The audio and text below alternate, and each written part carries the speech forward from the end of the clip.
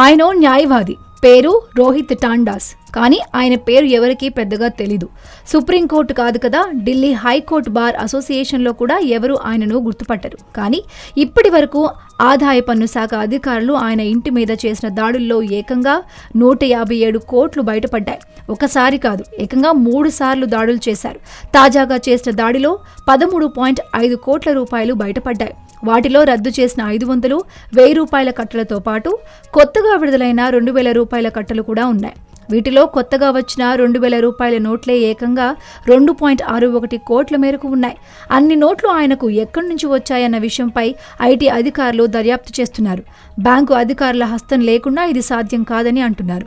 ఆదాయ పన్ను శాఖతో పాటు ఢిల్లీ క్రైమ్ బ్రాంచ్ పోలీసులు కలిసి చేసిన సోదాల్లో టాండాస్ ఇంట్లోని రహస్య ప్రదేశాల్లో భారీగా నోట్లు బయటపడ్డాయి.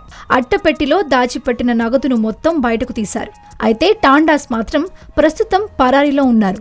ఆయన కోసం గాలింపులు మొదలయ్యాయి. దాదాపు గత 2 నెలలుగా టాండాస్ మీద ఢిల్లీ పోలీసులు కన్నేసి ఉంచారు.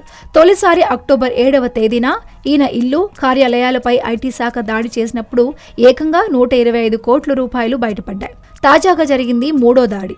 2 వారాల క్రితం రెండోసారి దాడి చేసినప్పుడు 19 కోట్లు బయటపడ్డాయి. వీటిలో ఏ మొత్తానికి ఆయన వద్ద లెక్కలు లేవు. ఇప్పటి వరకు 3 సోదాల్లో కలిపి ఈయన వద్ద 157 కోట్లు స్వాధీనమయ్యాయి.